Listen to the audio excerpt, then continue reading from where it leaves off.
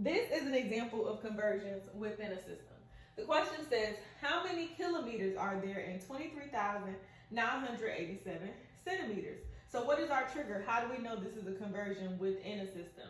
Well, because both of these values have the word meters in common, that lets me know it's within the same system.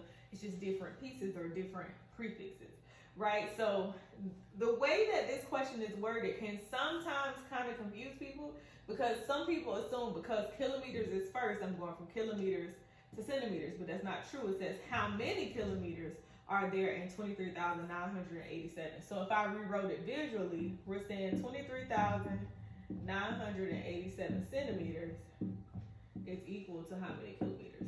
So make sure if your question is worded this way, you don't allow it to confuse you. You have to understand what they're asking you to do. So anytime we're doing conversions within a system, we always do it based on decimal movement, and we are going to use our trusty old acronym to help with organizing.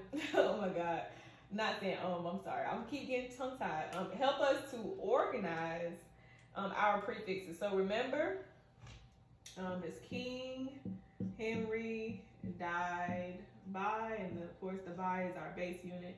Drinking chocolate milk. So remember, anytime we are using this particular strategy, and of course if you've never heard it, make sure you guys check out my review video that actually walks you through it so that you're not like lost in the sauce. All right, so we always want to count, we always want to mark our starting and our ending point. So we're starting at centimeters, right? So I'm gonna put an S here, and we're ending at kilometers. So the first thing you always want to do is indicate direction.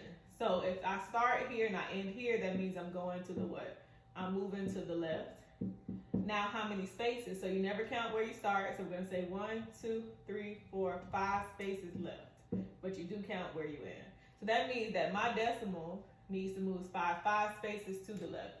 So if you notice the value that we have 23,987, which of course is a whole number, right? We don't actually see the decimal. So anytime you guys are given a whole number and you don't see the decimal, you put it at the end of your value. All right, and then based on notes that we took, we're going to move this accordingly. So we're going to go 1 ice cream scoop, 2, and every scoop should have one value. 2, 3, 4, 5. All right, so that's going to leave our decimal at the front of our value, which is going to leave us with 0.23987. So anytime the decimal is right at the front, people always add a 0 as a placeholder just to show the value or show what the actual decimal is. All right, so we end up with 0.2387.